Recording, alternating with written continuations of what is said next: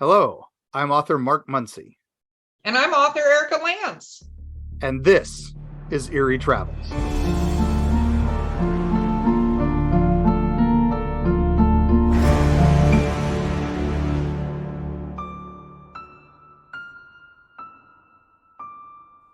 Greetings, travelers.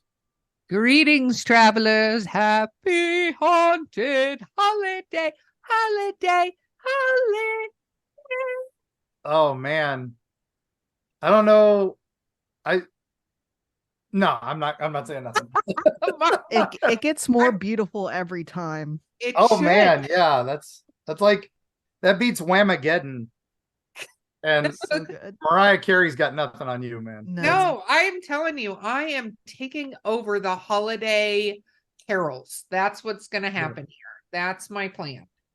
Yeah. Hashtag life goals, hashtag everything else. So, this is kind of exciting though, because one, we have the amazing Beau who is joining us for this for a very specific. Are you going to say greetings, travelers, into your haunted holidays? Because I want to hear it. Greetings, travelers. Yeah. That was nice. How you doing? But this is a double whammy or triple whammy listener request episode. Yeah. So you all reached out to us, which we love. Continue to do that. You can do that on the website, on our Facebooks, on our social media, or on the Facebooks. Listen to me. God, I sound old. Or you can reach out to Mark at EerieTravels.com because he would love to get your listener tales, or info at EerieTravels.com.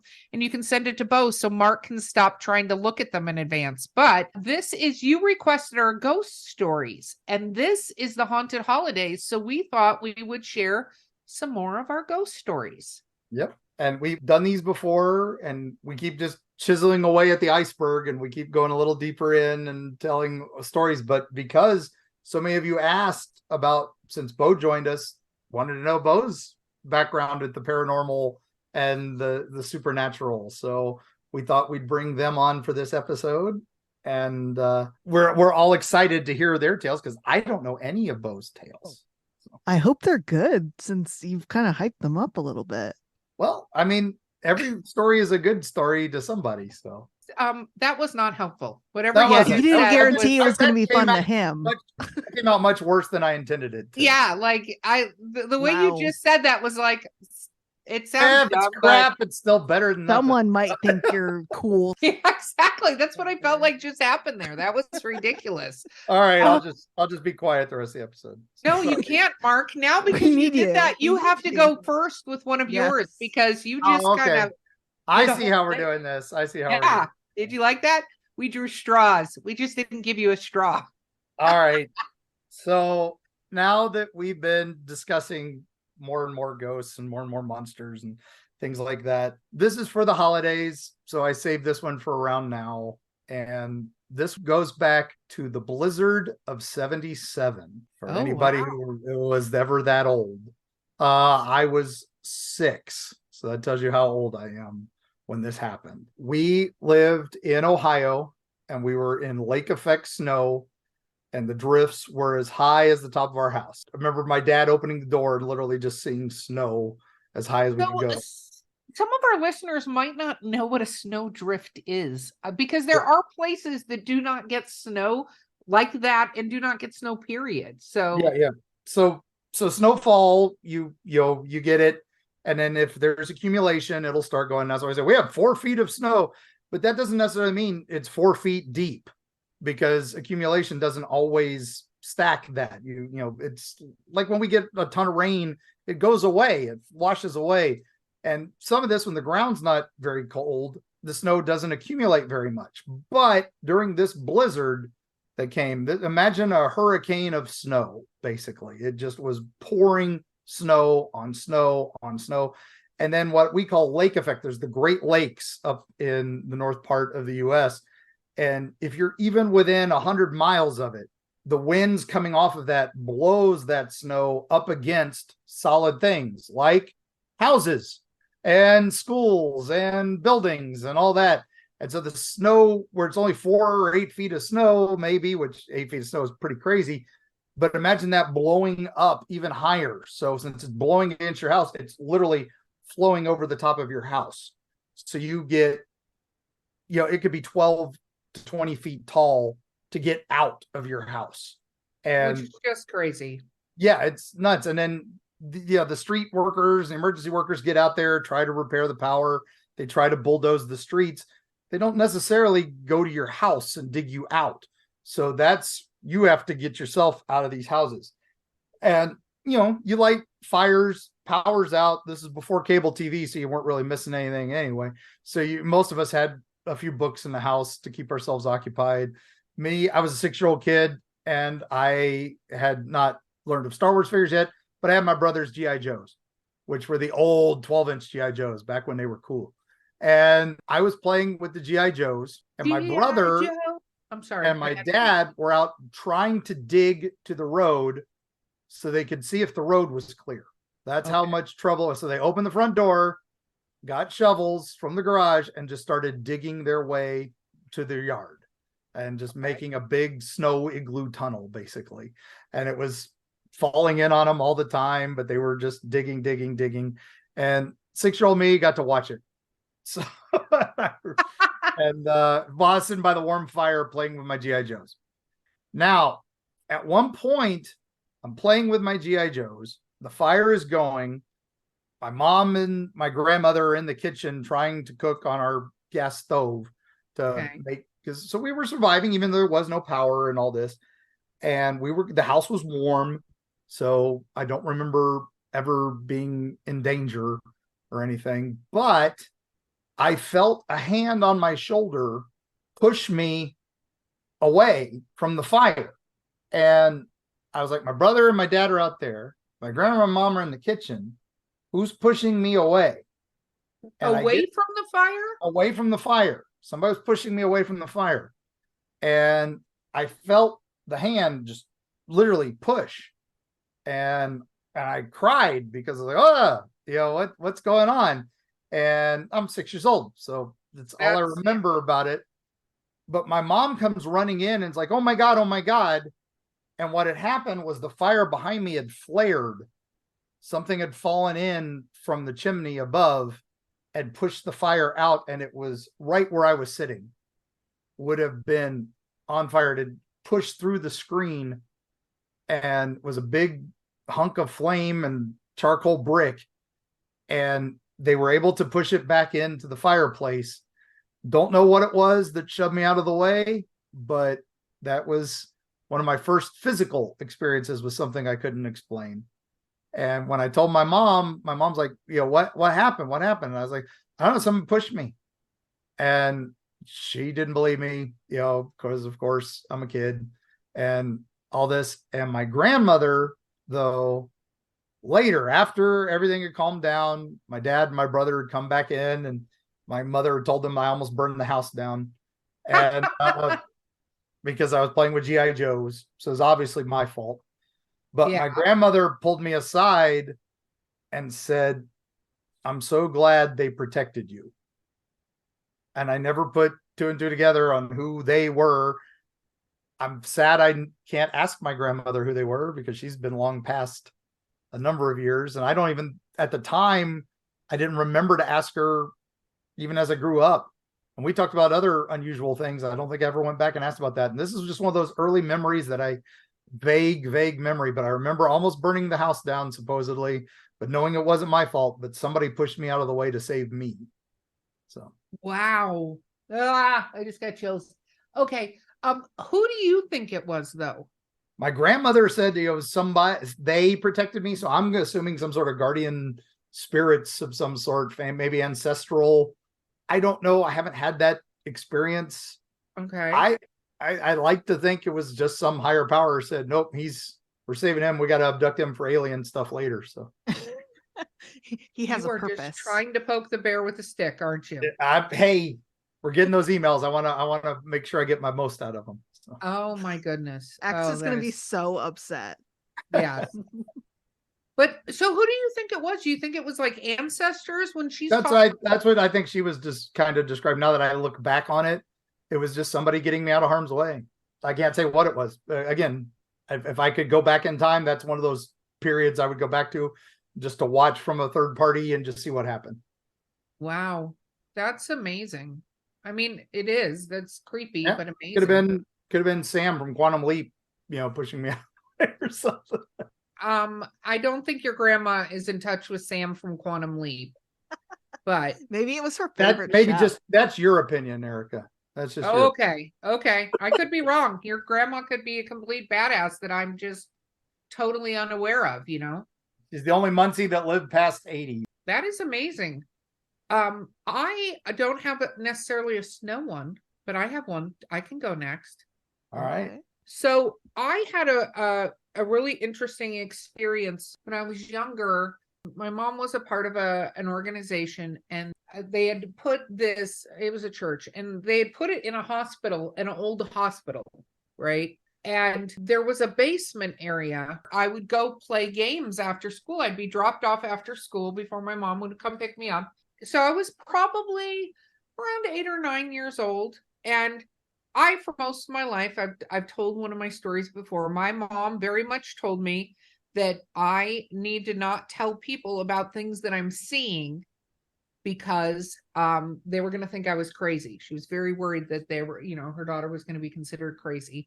And we all know here, travelers, that we don't consider anybody crazy, really, in this situation. So I remember there were several times, though, that I played games with this one particular, he seemed like a man, right? But I was playing card games and stuff like that and sitting there for literally hours. So we would play. But what was very interesting is walking back and forth, like most hospitals, like you can tell there's a lot of presence in most hospitals, whether it's because, people died there or whatever. There just seems to be, I think people die for very traumatic and not unknown reasons, but unprepared for reasons, meaning they're kind of stuck because they're shocked. They don't know what happened. They just suddenly passed, whether it was in a surgery or whatever happened, like whatever trauma. And so I feel like a lot of times you can see presences in hospitals, and this place was no different. There was a lot of things, but when I was much younger, I didn't have really a fear the way I maybe should have had somebody sat down and kind of explained to me what was going on, but I wasn't afraid. But every day, and it wasn't every day this gentleman was down there. He seemed like he was about in his mid-20s now that I'm looking back.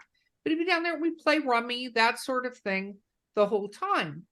And I remember one day I was talking to somebody who was supposed to be kind of watching the kids, right?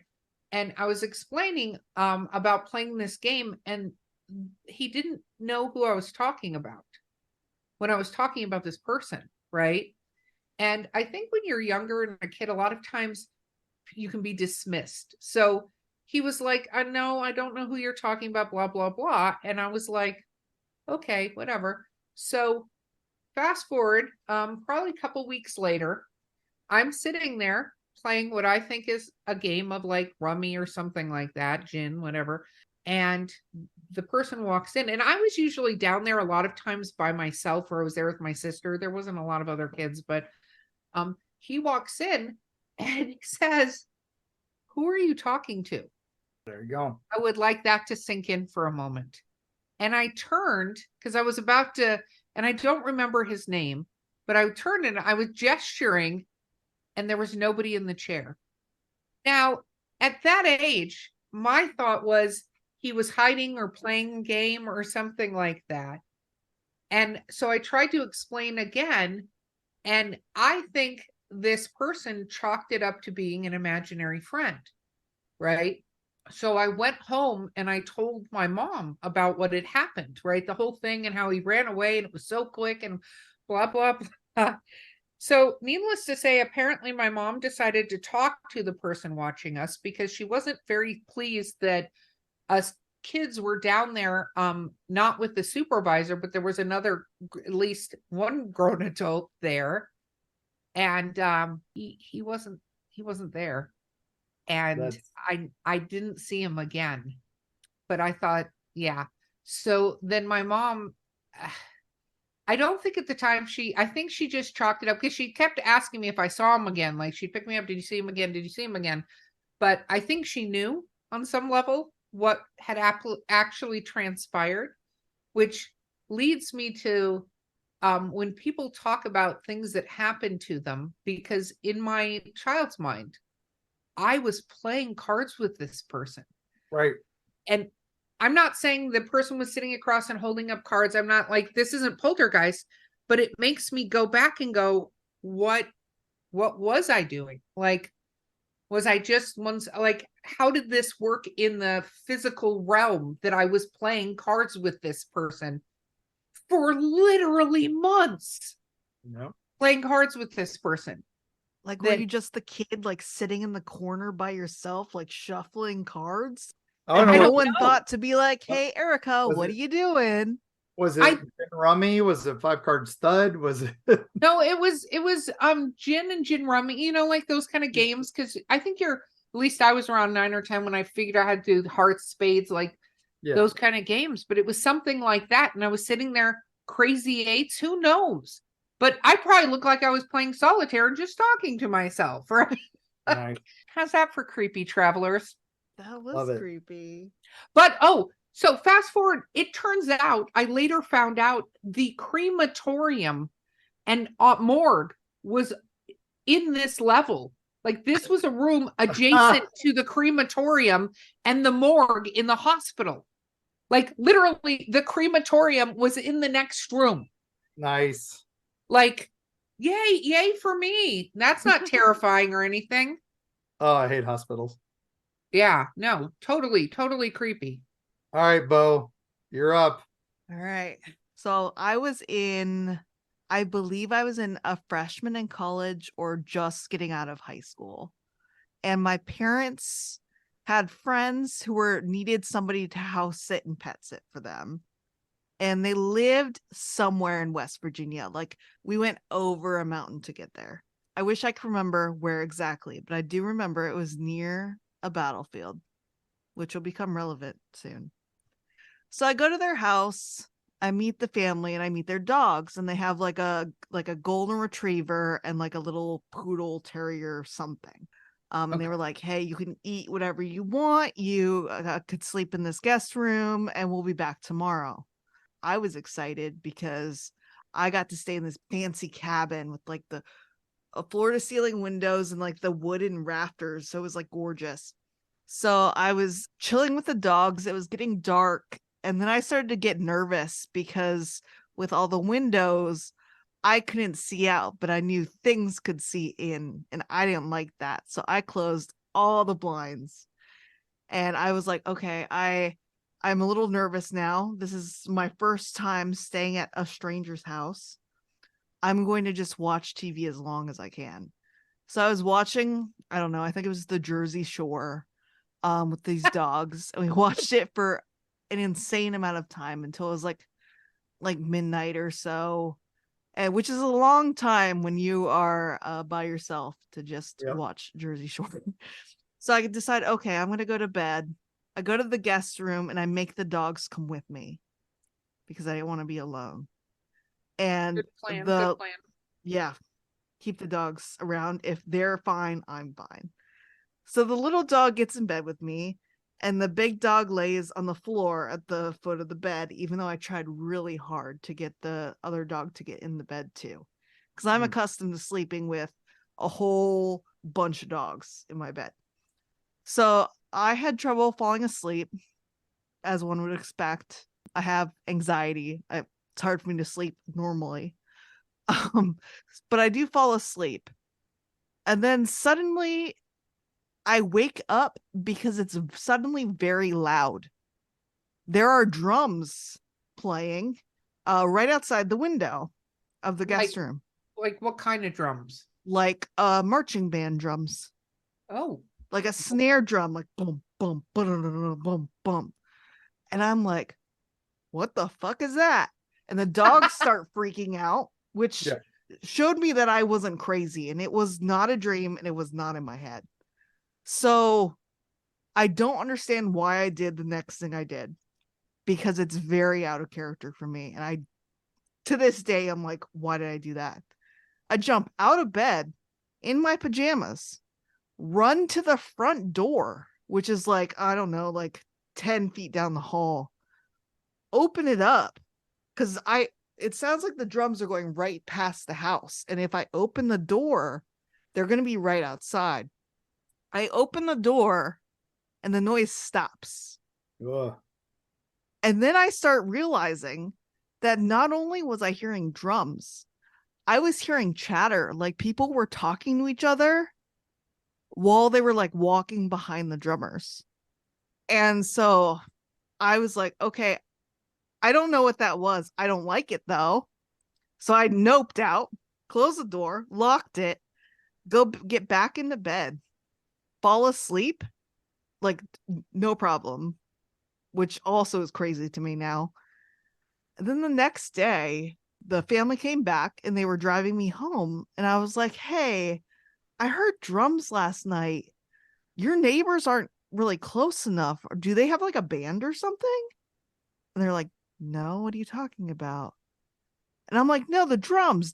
Don't you hear that all the time? I would expect you've heard it a bunch. Never heard the drums before. And then we passed the big sign for the battlefield that I didn't notice on the way in. So now when I think about it, I'm like, was that a military group from the battlefield going by and like going to go to muster or something? And to this day, like it freaks me out that a whole contingent of ghosts just went by my window and I went back to sleep. The end. Hey, I love it. well done. At least you went back to sleep. You know, there are a lot of times that one can't sleep when that happens. Oh, it was wild. I don't understand why I went back to sleep. No, it's like my brain just was like, no, no. The drums seem to be one of the recurring things from haunted battlefields that we get a lot of reports of that. There was one of those coincidental things one time that scared the hell out of me. I was playing an old video game called Gabriel Knight Sins of the Fathers.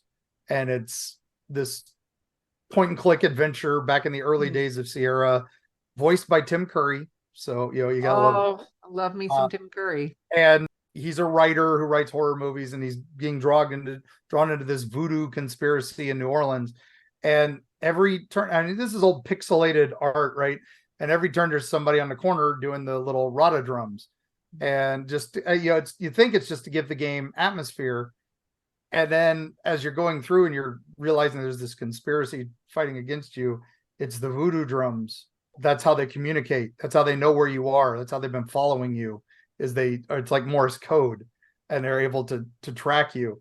It was one of those right after that big reveal in the game, spoilers for a 30-year-old game, a 40-year-old game. Jeez. I turned off the game. I turned off the game and I walked outside going, oh, that was crazy. And then I heard drums and I'm like, what? And I lived pretty close to our high school in North St. Pete, and they were doing their marching band practice that night. And I was hearing their drumathon. And you're like, oh no, the voodoo witches are coming for me. That's exactly. I was like, oh no. You know, it's interesting because I kind of wonder if the battlefield thing, and then we're gonna have to go to a break, is that's something that universally is heard by soldiers. You know what I mean? Yeah. Like the drums, that sort of thing. And I wonder, because that would signify a lot of times the forward advance is the drums, right? Because people we're much more sneaky now when we're going around. Before the trumpets, that was the thing. Trumpets became a thing because the drums could get confusing because the other side was using drums and you're using drums and the message got mixed. That's when they would start doing the trumpet. So so then everyone was doing the trumpets, and then they were like, let's just be sneaky. Well, then each unit had to have their own song so that they would know their song. Then their report would come out. That was but then the problem is all of them kept using the same damn song. So way too much. Okay, well, we're going to take a quick break and we'll be back with more of our holiday ghost stories.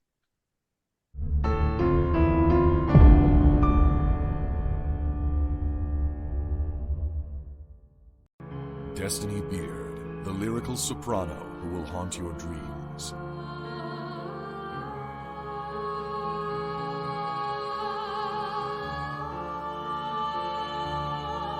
With her alluring melodies and intricate harmonies, this dark siren of wistful song shall capture your soul and lead you into the night. Check out Destiny's new single, The Haunting Is Over, with international musicians Sam Haines and Gary Bennett, as well as her other musical works at destinibeard.com. Greetings, travelers. Now available on Audible and other audiobook platforms, Eerie, Appalachia. Join us, won't you, as we discuss creatures like the Popelick Monster, the White Fangs, the Snallygaster, the Wampus Cat, the Lizard Man of Skateboard Swamp, Bunny Man Bridge, and the Ohio Grassman. All these creatures and more await you if you dare listen to Eerie, Appalachia, presented by Mark Muncy, History Press, and Four Horsemen Publishing.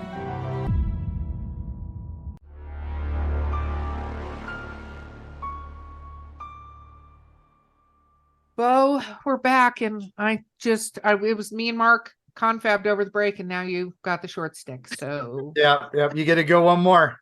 yeah, Okay. That was great. We want to hear more. yes, Okay, so this takes place when I went to St. Augustine with friend of the show, Valerie Willis. oh, Hey! ooh, shout out to Val. What And up, shout out to Val? St. Augustine. Yes, So, yes. so we went to the old jail there in St. Yes. Augustine. So we were like the only people on the tour. There was like one couple and us. So this was my first ghost hunting experience, like actually with the tools and all that. And there was a psychic medium there. It was a interesting experience all around because I've never like met a medium before, and she was really cool. I wasn't really sure if I believed in like mediums and all that, but she was right on the money several times while we were in there. So she kind of goes over like the history of the jail, and we go inside. As we go inside, I'm like, okay, this is not what I expected. It's much brighter in there. I thought we were going to be in like total darkness. And it kind of felt like, oh, we're just going to look at stuff. It's not a big deal. It's not scary. I felt very much this is just an old building. I don't feel anything in here. Because I'd always assumed, when you're around spirits, it would be like frightening. And it wasn't until we walked into the warden's bedroom. Whoa. As soon as Place we is walked rough. Yeah. into his bedroom, the feeling of dread that swept over me was like, I felt faint. I felt dizzy. I felt just truly uncomfortable. Like there was like a big pressure in that room and I couldn't breathe.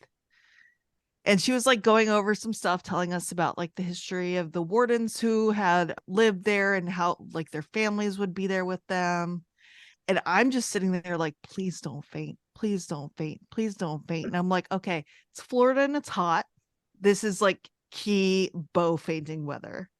But I was like, it doesn't feel like that. It just feels gross, for lack of a better word.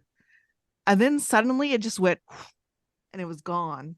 And I was like, okay, I feel better. And then she goes, did anyone else feel that? And I'm like, yeah. And she's like, yeah, he was here. Did you feel sick? And I'm like, yeah. And she's like, yeah, he was here. And later we went in there with the dowsing rods and the EMF, and we were trying to talk to him. I was not into it. I was like, I don't want to talk to him. He clearly does not like me already. His vibes are off. I don't want any part of this. And we ended up talking to a woman who I think was his wife. And she kept coming through and talking about the beach. And we're like, the beach? We're in a jail right now, ma'am. Like, this is... It's not far from the beach. It's but not still. far from the beach, but we're like, why are we talking about the beach right now? It was strange how the vibes in there would change from minute to minute. Yeah. Because sometimes you would be in there and you'd be like, oh, nothing is happening.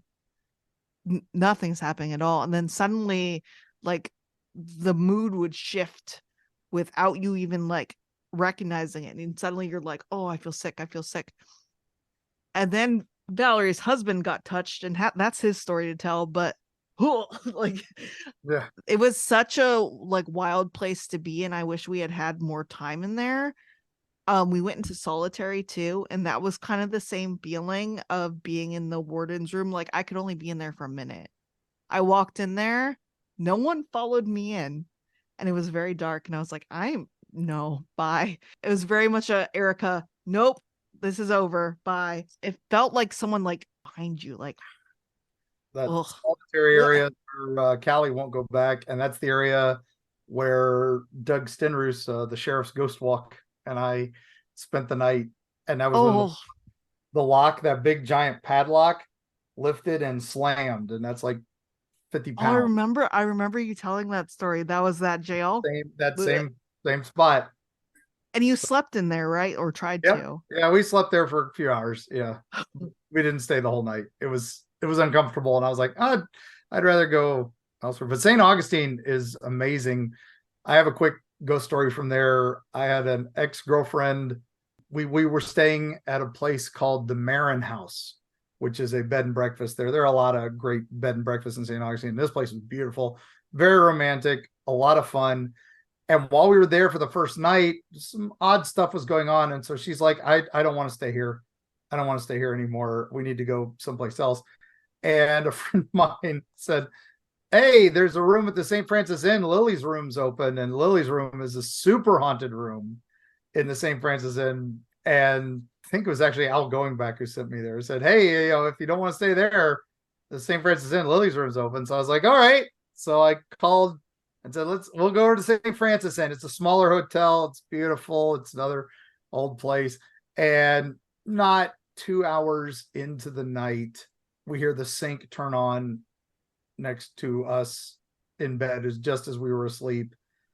And I go in, and all of her makeup case had been dumped in the sink, and water was running on it. Lily did not like her a lot. So for those that don't know, Lily was a young maid who worked there and had fallen in love with the local general's boy, and the local general's boy is not allowed to marry the lowly slave girl.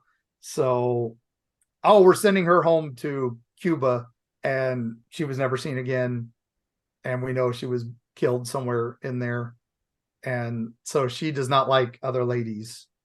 And so, yeah, that relationship didn't last long. I can't imagine why. I was going to say, did she break up with you because of this? Not because of that, but literally 2 days later. I think she just wanted a trip to St. Augustine. Like, this is the final straw, Mark. Yeah. This is it.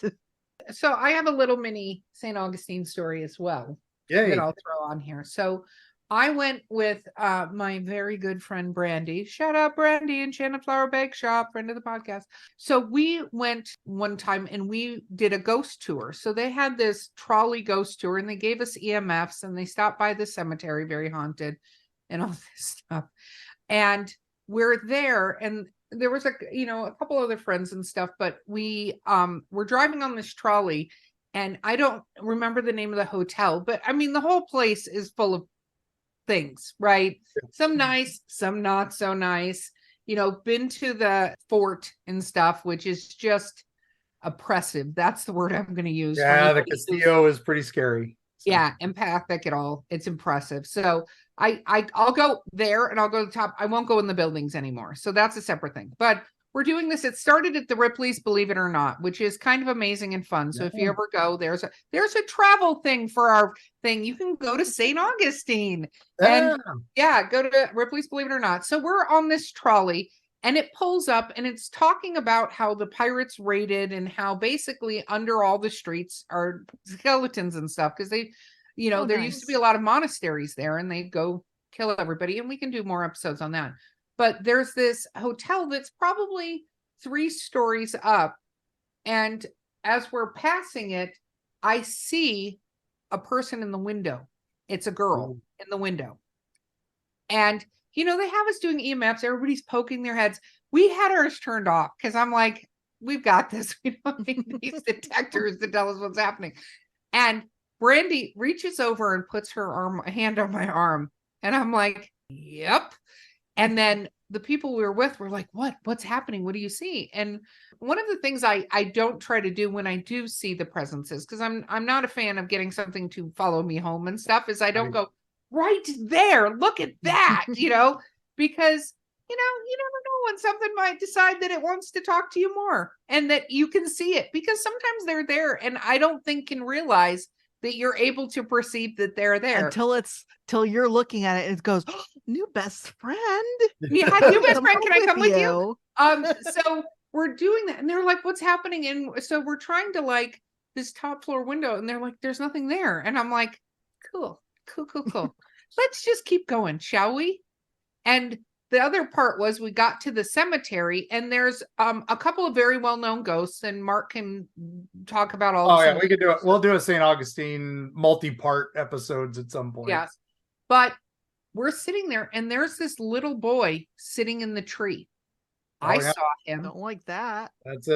That's Tolomato Cemetery. He's the sheriff who I mentioned, is Doug Stenroos. He does the sheriff's ghost walk. He still does it. He was one of the first guys doing these ghost tours. He's got on his website, there are some pictures of the little boy that are incredible. And I just got chills because I didn't even know that. He looks like a freaking one of the Newsies. Yes, that's exactly what he looked like. Hanging in a tree. He fell out of the tree and died, but he's still there. He's definitely a stone tape of some sort. But I had no idea. Whoa, we'll put the link. We'll put the link in the. It's been notes. Like corroborated too, because Erika did not know that. So I did not know that, but we saw him and we were like, oh, and everybody's trying to get the scan. They're looking for this woman who appears there. We'll explain all that later. So we both saw him. We both do the gesture, and then I'm like, let's not look up again because I don't want to be home, right? So that's my whole theory on that delightful fun thing. So those are all our St. Augustine stories, but I have a Christmas ghost story, and then Mark, I know you have one, so that'll be good. I will tell mine. So again, younger, I have to be maybe 5 years old, and my mom and dad had divorced. So my mom, we were living in a 1-bedroom apartment in LA. It was off of Sunset in Cherimoya. And my mom had put up a Christmas tree. It was a real Christmas tree. She'd hung all these ornaments. We'd done this all together. It was Christmas time. There are lights and stuff. And so I don't know how many days later this was. I was 5. I don't remember everything. And I hear in the middle of the night, like smashing sounds. Like smashing.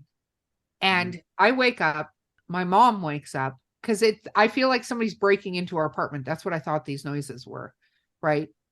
We walk into the living room, and the tree was like, when you walked in the front door, the tree was right there. And then there was the entire living room and dining nook, right? Wasn't huge. It was probably maybe 17 feet across, like not huge. Like it's a little 1-bedroom apartment in LA. The tree has been completely knocked over, not fall over, like knocked and dragged against the wall where the dining table was. And I say dining table, it was like a little Formica table with 4 plastic chairs kind of thing. The glass balls are shattered as if they had been thrown against the wall. Wow. There's nobody in the house.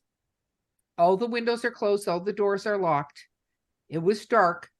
The Christmas lights are still on the tree, lit up. Oh. This thing is pulled.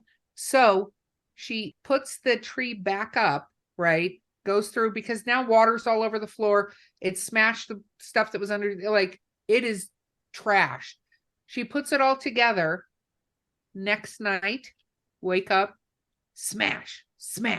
So that was the year we no longer had a Christmas tree. Thank you to whatever maybe came with the tree. I'm not sure, but I remember growing up past that point, I was freaked out for the longest time about putting up a tree because I was afraid whatever this was going to destroy the Christmas tree. So this was the ghost of Christmas. So Did you put up a tree after that or no?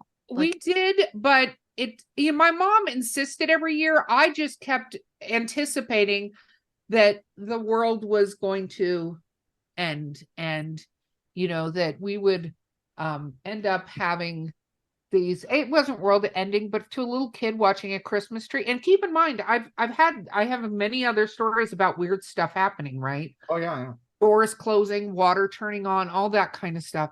But I didn't remember that there was something in this particular apartment like that. I don't remember that as a child. That's not a vivid thing. So whatever it was attached to some part of this, because it never happened again.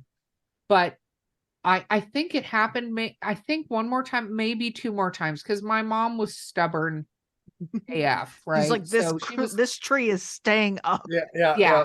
We are having this Christmas, but whatever this was like, no, you're not having this Christmas. That was the only year we were in that apartment too. So who knows if it was something stuck to that particular holiday or whatever. But she said she thought the tree was throwing its ornaments off. I think that's scarier. A sentient tree is much scarier than a ghost pushing a tree over. I agree. I who knows? Maybe it was a spiritual tree. I don't even know. I don't know. It was. All I can expect it is to say, we have decided that you are not orcs. I wouldn't mind that kind of sentient tree, but yeah, no, it was definitely yeah. So when your Christmas tree throws your stuff around, it's fine. It's fine. It's good. It's all good. Well, my next story is not a personal story, but it is one that is personal to me, because when I was first researching North Tampa for Eerie, Florida, I was looking into the Withlacoochee State Forest and looking for the Hog Island witch stories, and we were trying to get a little more information on that. And while we were working on that, I stumbled on this story. Now, I realized very quickly that this story is very similar to a folk song that I had heard. So I'm wondering which came first, kind of thing, because this story comes from a town that's no longer there. Oh. The story comes from a place called Pemberton Ferry, Ferry, because there was a ferry that crossed the Withlacoochee River, and it's now part of the Withlacoochee Wildlife Management Area, or the Withlacoochee State Forest. And there's a sub area in that forest that this story comes from. So what it was a young man in 1886 had been born in Pemberton Ferry, right when the town was being built. They had the train come through.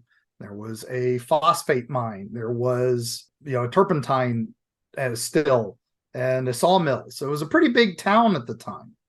And the area is very popular at the time, living north of Tampa Bay. You could live here, kind of still live out in the woods, have your own little farm, your little settlement. And this boy grew up in this town. Now, so it's post-war, post-Civil War, and all that. But World War I comes along, and the young man decides he's going to do his part, and he goes overseas. His family is from France, so he feels like he has to do this. His family sends him over there basically before the U.S. even enters the war. He's going to come over and do this.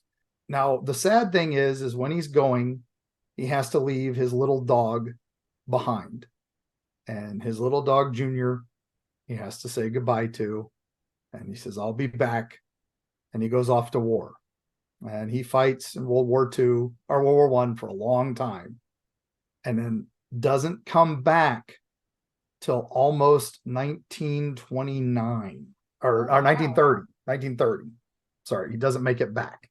So he's there for a long, long time. Now, the train no longer goes to Pemberton Ferry because Pemberton Ferry is becoming a ghost town. The train is moved down to Tampa. It no longer needs to stop there. The phosphate mine is dried. Turpentine's not as big as it needed. Sugar mill wasn't very important. And he gets off the train in what is now called Croom. Crom. And he gets off the train, and it's late at night, and he's wondering if any of his family have been getting his letters because no one's there to greet him. And then there's his dog, Junior. Junior's there. He's a little bit older, and he's so happy to see his dog. And he's like, well, Junior, show me the way home, because I don't know the way home from here. You obviously know the way. So the dog leads them along, and they see where the railroad bridge was washed out in a flood. And that would have been where he would have walked. But there's this little trail that Junior takes him down. He goes by and he sees the old turpentine mill all closed up. He sees the sugar mill where it had burned and sees the ruins of that. And he keeps following this little single track trail that Junior keeps taking him through all these little turns and twists, knows exactly where to go. And he goes by one area, which is almost like a drop off, which is now the area of Hog Island. And he would have totally missed that. Definitely would have fallen into a swamp or something there. But the dog saved his life.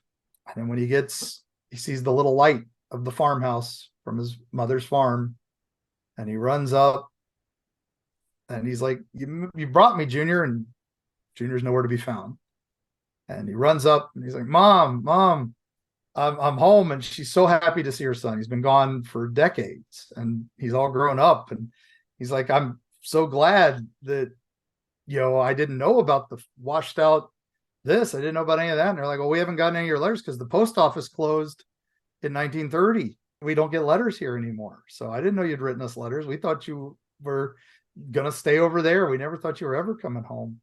And he's like, well, I wouldn't have made it if, Junior hadn't guided me in. And she's like, son, Junior, when you left, it broke his heart. Junior died 5 years after you left. It was never the same. You never left your room. We barely were able to keep him alive. So it's a story of a ghost town that is now there in the Withlacoochee State Forest. You can go find the ruins of Pemberton Ferry, which is now in the Croom Wildlife Management Area. And you can still find that old railroad bridge that's destroyed. You can find some family cemeteries, and you can find the old phosphate mine. But one of the things you can find there in one of the family cemeteries is a young grave, and it just says Junior, and it's got a little of a dog on that tombstone.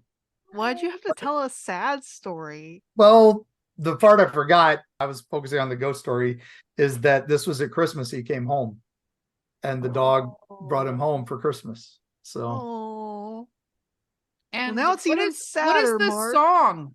The song is, there was a song later on that was called Old Tide, Tyge. And you gotta put the link to it. Yeah, we'll put a Spotify link to it. And it's basically the same story about a guy coming home and his ghost dog leads him home, but he doesn't know it's a ghost. Spoilers. But I will definitely put the link to that.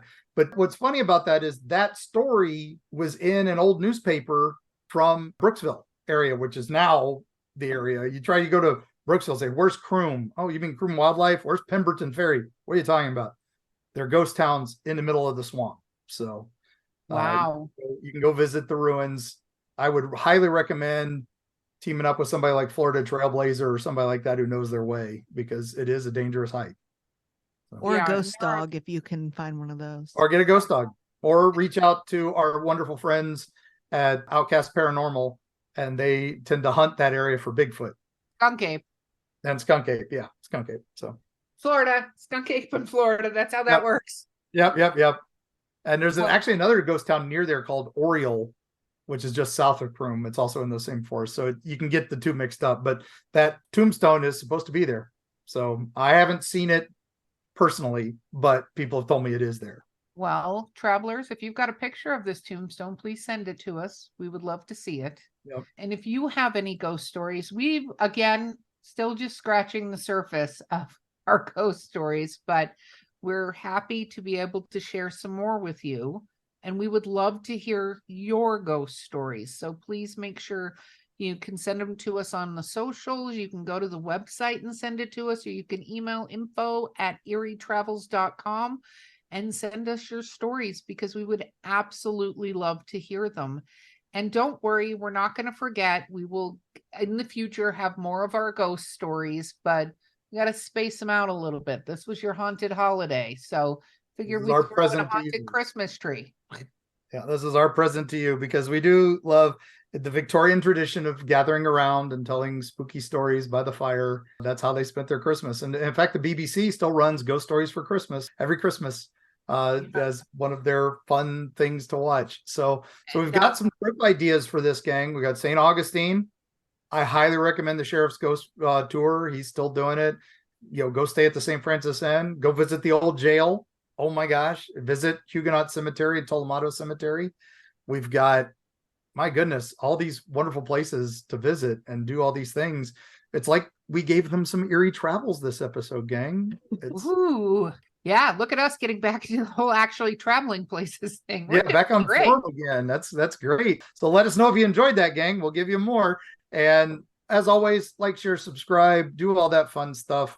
And invite your friends to listen to some good ghost stories and share the word and spread the holiday cheer and whatever you celebrate. Don't forget to go to Paranormality Magazine and vote for us for your favorite paranormal podcast. Yeah, and this month's issue, our good friend of the show, Connor Flynn, is on the cover.